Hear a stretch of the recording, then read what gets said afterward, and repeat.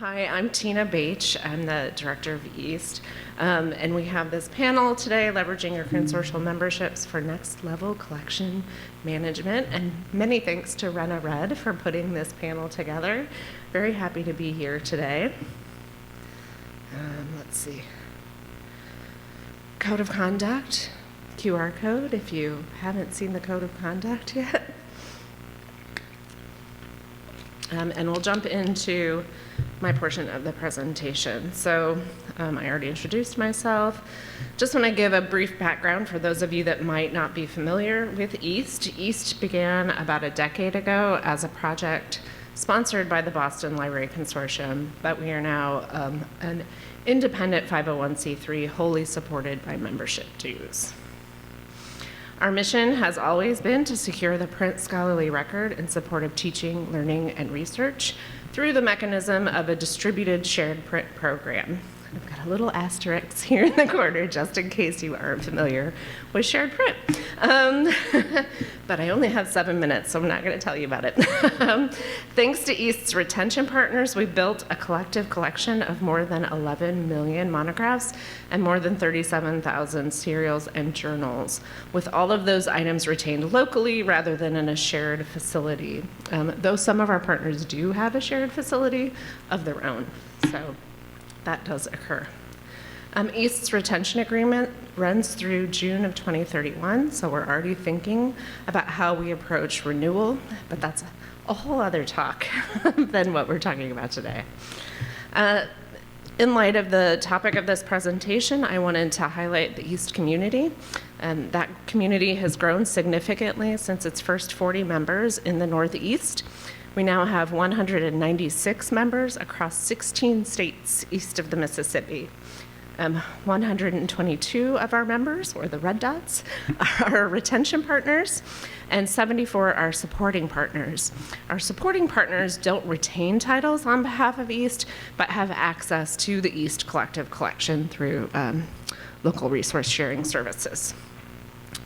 The majority of those supporting partners are a member of consortia that have joined East, including Viva and Pascal, who are also represented on the panel today.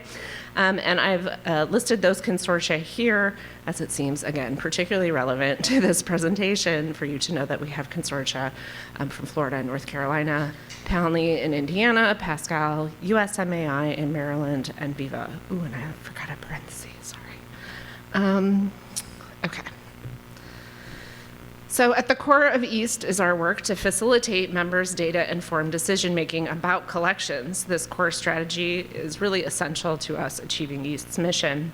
And to date, this facilitation has focused on decision-making about existing or retrospective collections. East has conducted a series of opt-in collection analysis projects with members, looking at both monographs and serials and journals, though we do focus more on monographs, as you may have guessed from that 11 million versus 37,000 retained copies. And in each of these projects, participating libraries get back lists of unique titles, widely held titles, and what we typically call suspect titles. So those that East thinks are probably out of scope, and often include outdated materials like old computer manuals or For Dummies books, titles, things like that that our libraries likely don't want to be retaining. But I will say, identifying things that are out of scope is an art, not a science, so we ask people to take a look at those too.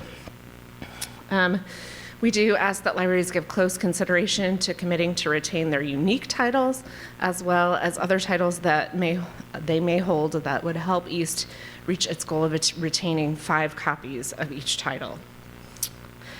Libraries can also benchmark their collections against East as a whole, see where their collections may have subject-related gaps and strengths, and use those widely held lists to support weeding. So there's sort of that global benefit and local benefit. Access to the East Collective Collection is an important component of our mission. Currently, East members access the collection through their existing resource sharing systems, and East has established groups in the most common systems to help members identify each other. For instance, an OCLC GAC if you're a resource sharing person, or a rapid pod. East also has resource sharing best practices that we ask members to adhere to the best of their ability.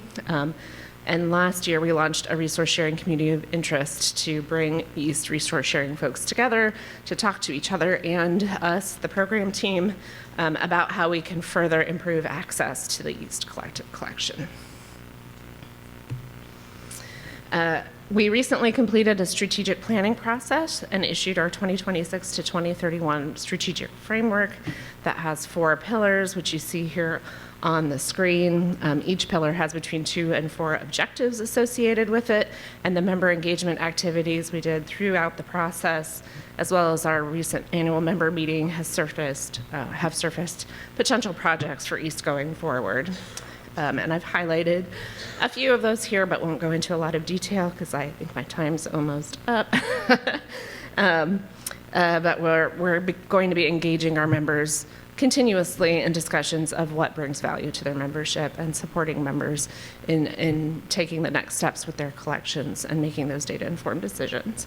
So I am very focused on making sure whatever East does next is member-driven. We're a small organization in terms of staffing and funding, so we want to put those resources to the best use for our members. And with that, I will say thank you and pass to our next panelist.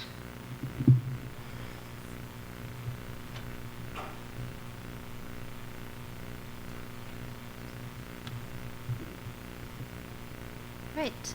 Hello, everyone. Can you hear me all right? Yes, this is often an issue.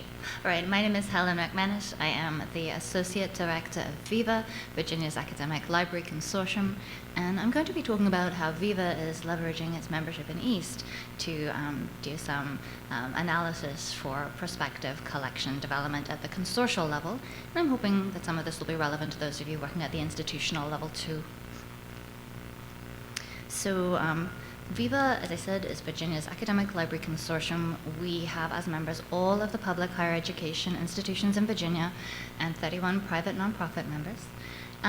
Our mission is to level the academic playing field so that students at our smallest and least resourced institutions have access to the same outstanding resources that their counterparts at our largest and best funded institutions enjoy. Now, VIVA is just turned 30 years old, woohoo, and for much of its history on the collection side, has focused on e-resources, but in 2013 worked on its first monographic analysis. And the thing about doing monographic analysis for VIVA is that it's particularly challenging because there's no shared catalog or shared ILS. So you have to compile the holdings. So for this first monographic analysis, we've worked with a third party to compile the holdings of 12 institutions, including all its doctorals. And the findings of that analysis resulted in the launch of a retention program within VIVA only, and also informed an ebook strategy and ebook negotiations that yielded some 10-year contracts that are about to expire. So it was very convenient that we joined East in 2023, and through that got the holdings of all 11 of our East retention partners compiled and nicely stored in Gold Rush. So we are nicely positioned in 2025 to do a second monographic analysis using or leveraging the data that we have through East. Now that data covers print monographs only, and it covers monographs with a publication date post-2010, and we will be doing more with this data, but for now I'm just going to focus on how we're hoping to use this data to inform our ebook strategy for this next round of contracts and negotiations. All right, so we will be building on the 2013 analysis, which had these 3 priorities. We're interested in which publishers and also subject areas are most of interest for consortial acquisitions. We're interested in looking at where our most widely held titles are coming from, and where our most highly circulated titles are coming from. And so far, we're getting a good sense of what we can do with the Gold Rush data in this area.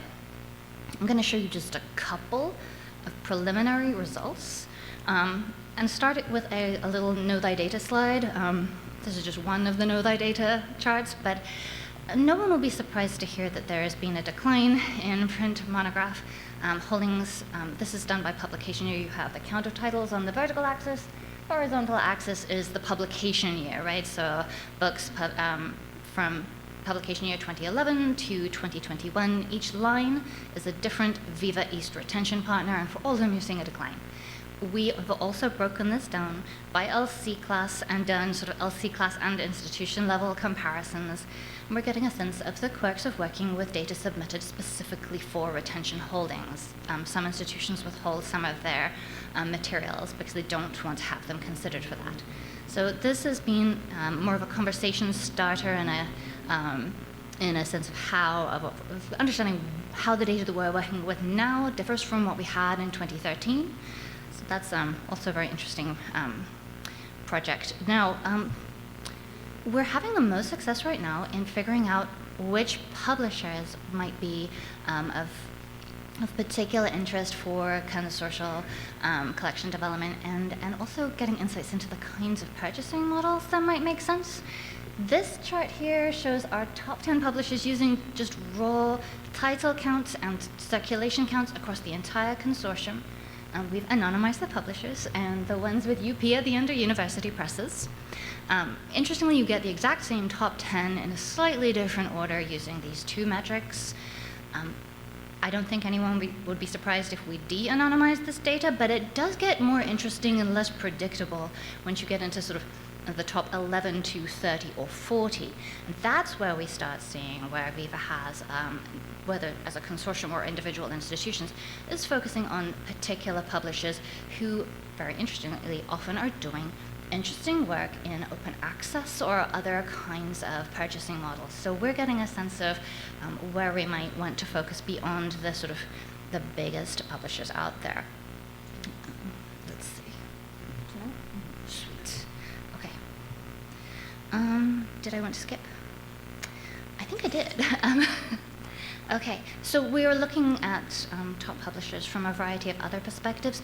Once you move away from just raw title count and circulation count into what's most widely held and most circulating, you actually see, for Viva anyway, more university presses coming to the top, mid-size and smaller university presses too, and the occasional textbook publisher. But those very large, very high output publishers start to drop out of the list when we think about what's most widely held, what's most widely circulated. So that is proving very interesting too. All right, next steps. As I said, we're in the early stages. We are sort of getting through the Know Thy Data stage, and I think we've established that we can really leverage this data to understand publishers that are of interest, and I think really we can start getting at, through the circulation patterns, which models, EBA, purchase or subscription might make most sense for particular publishers. Then we are supplementing this data with information we have about our ebook collections, including a survey of our collections librarians on how they feel about our current 10-year ebook contracts and what they'd like to see in future contracts. So we're not just relying on this data, it's being merged with other information we have available. And I think our top priority, though, right now is just identifying those publishers, subjects, and acquisition models that make sense for our consortial ebook acquisitions. And maybe after that, we can start working to compare across Virginia institutions to see about a more coordinated collection development for print, if that were of interest to our members. And I think that's all I have. Did I do it? Sweet.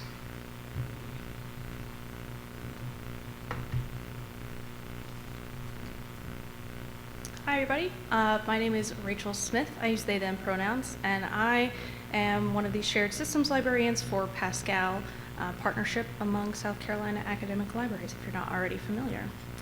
So just a little bit about us. One of our strengths is our shared systems and our shared purchasing, which kind of make us stronger together as a group. We have 56 member libraries across the state of South Carolina. These libraries range from large research institutions to small private or technical colleges, which lends itself to having a wide variety of different collections, priorities, budgets, bandwidth, all those things. And one of our strengths, I believe, is that our shared infrastructure helps our libraries collaborate across the state and adapt to the incredibly changing needs that everyone has. So speaking of those varieties and changes, as I mentioned, our libraries serve incredibly diverse missions, priorities, patrons, communities, which lends itself to different priorities for their collections and services as well. Those priorities, while already very different from each other, can also be constantly evolving because of certain leadership changes or staff turnover, shifting budgets, and also the shifting political landscape can also influence our library's collections and services priorities. So for Pascal, our challenge tends to be how can we provide support and equitable access to all of our members and their patrons while still maintaining that stability and strength of our shared infrastructure. So first, to talk about our shared purchasing, I'd be remiss not to mention it. We have our shared purchasing as well as the shared system, but those things allow our libraries to accomplish more together as a group than they may be able to individually or even as smaller groups, not the entire state of our 56 libraries. So the group licensing reduces the cost barriers. It ensures for their patrons, our institution's patrons, consistent access statewide. If they go from one institution to another, they'll still have access to those Pascal resources no matter where they're at. And also because those shared resources are purchased consortially, that frees up some local budgets for mission-specific collections and decisions unique to each library to still support their diverse missions and priorities. So I'll talk a little bit about East and a little bit about OCLC, and then I'll talk a little bit more about just Pascal, what we're doing internally. So we joined East about a year ago with 17 retention partners, and the rest of our libraries are supporting partners. So those retention partners, Helen mentioned Gold Rush. They have access to Gold Rush and can use it to analyze not only their holdings against other Pascal retentions, but also across all of their non-retained items as well. We have uploaded that data into Gold Rush so they can make collection decisions within Pascal.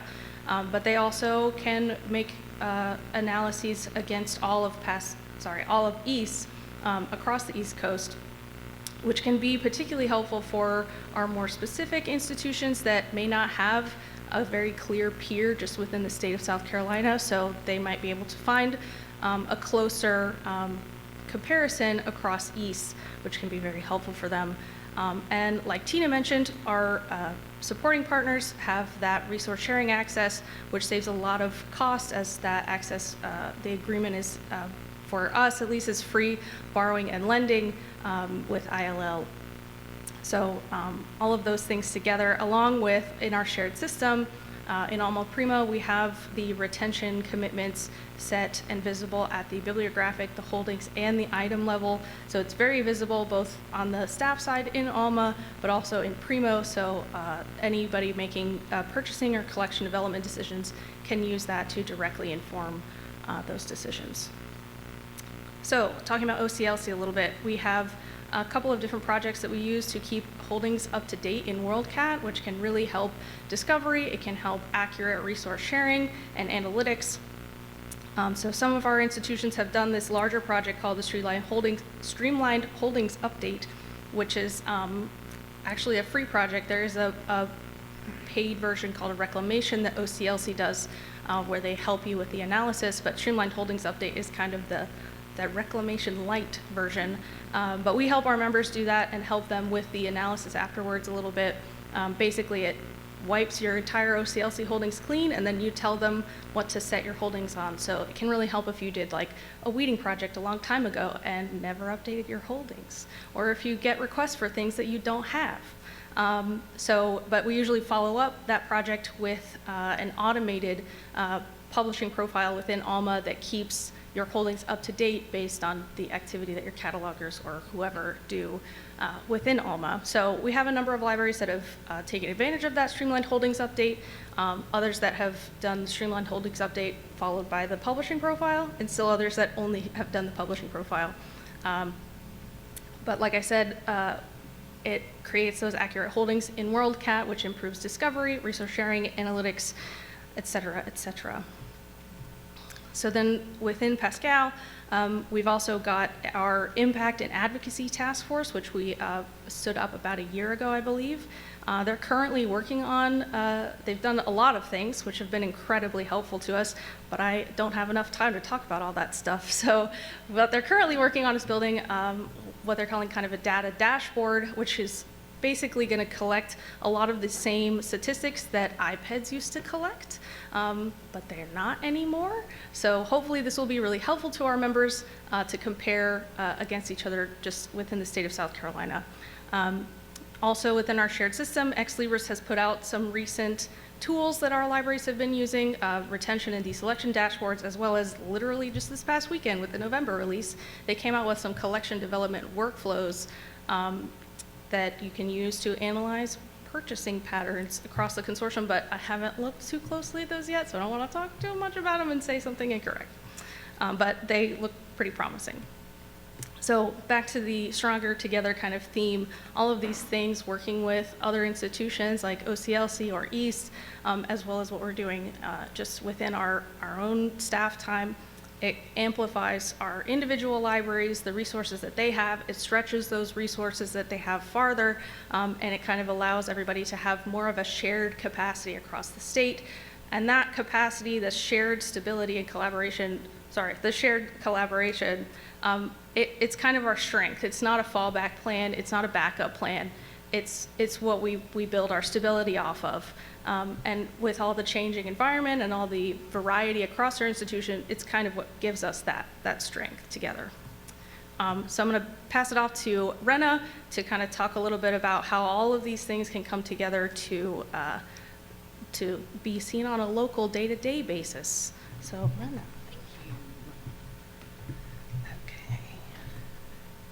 Hi, everybody. My name is Rena Red, and I am the Director of Collection Strategies at Clemson University Libraries. We are on the opposite side of the state in the northwest portion, about 3.5 hours away. So what does this look like in action at our library? So a little bit about us. We are a public land-grant university. Our combined enrollment is almost 30,000. We have 9 colleges, and our libraries have 6 locations and employ a little over 100 people. One thing that we love about our library is that it also involves our university, it oversees our university press and our historic properties. And that's really fun to just have that whole kind of like glam group together in one area. So working with Pascal has really, really helped us during these times of change. And when I say change, I mean change from a financial standpoint, just because, you know, the economy is what it is, but also as people retire, as budgets are frozen and we're not able to replace people immediately, things of that nature. So they have technical services and shared system expertise that maybe at any certain time in the life of our organization we don't have.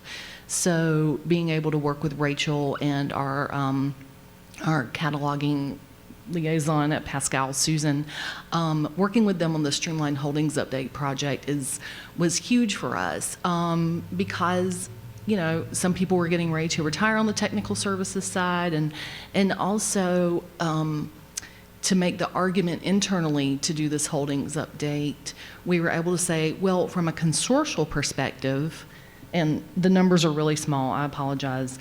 From a consortial perspective, before we did this project, we had about 650,000 items that were not linked in our network zone. So that meant that it was over 500,000 items that were not accessible to other people within the state through our resource sharing system, which is called Pascal Delivers. And afterwards, it flipped, and we were able to have a total of 657,376 items that were available. And so I'm incredibly proud of that.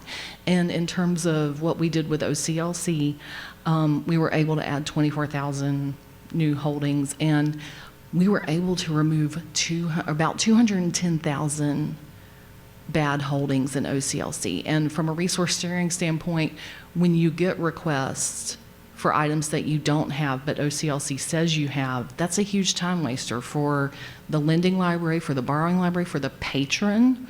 So getting all that holding stuff up to date with OCLC, if you are involved in resource sharing, is tremendous for everybody's workflows. So moving right along. So when we went through that project, and got our holdings straight and got, some really good records back from OCLC, then we were able to and upload those fresh records into our network zone. Then Pascal was able to utilize all of that wonderful new data, that fresh data, for our East project. So what I loved about this is when we joined East and did our retention project, we were able to create a focus on our physical collection that, again, due to staffing, we hadn't really had in probably about 8 years. And so doing this, gave us reason to say, people all over the East Coast, they're going to want our stuff. To kind of create that that impetus for doing more collection maintenance, which I really appreciate. And of course, again, these are really small numbers, I apologize, but we sent East in total almost 600,000 records, and we were able to commit to retain a little over 120,000. So again, that means a lot from a perspective of resource sharing and the collective collection. So what does this look like in the future? So in the immediate future, and when I say that, I mean like immediate 3 to 5 years, we're hoping to get a library renovation and a new off-site storage facility. Now, all of us are realists, and will I be here in 5 years going, we're going to get a new facility in 5 years? Probably.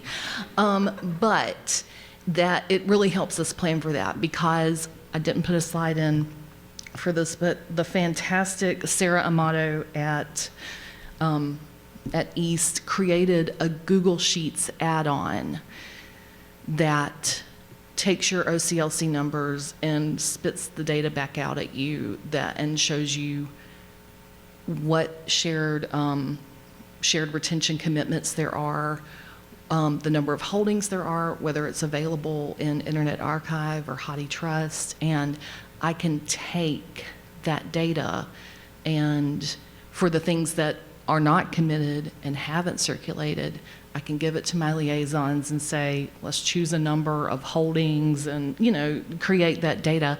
And then we can start getting rid of stuff or relocating it or whatever in preparation for the day and time when they're, of course they come to you like at the last minute and say, we're going to start knocking down walls in a week. But we are going to be prepared. Of course, this allows us to make a healthier stacks environment where, things aren't crammed together and mold blooms and grows like Edelweiss. And and of course, that's additional resources for resource sharing. So of course, in the distant future, this will allow us to really sit down and assess more of our collection strengths. And I always love to talk about collection development. We use the term weeding, but it really is like a garden. We're going to weed here. We're going to, clear out underbrush here. We're going to plant here. And so that's what I'm really excited about, is looking at all of this and having this data allows us to really strategically and deliberately think about what we're going to do next. And whether we do it or not is one thing, but at least we can say that we planned and tried. So, and another thing is, becoming an interlibrary lender, and there's my timer. I think that's one of the gauges of a collection strength is, how much it's lent and how much it contributes to the greater research ecosystem. So with that, I will open it up for questions, but I wanted to say thank you to Tina, Helen, and Rachel. Thank you so much. Yeah. So, are there any questions?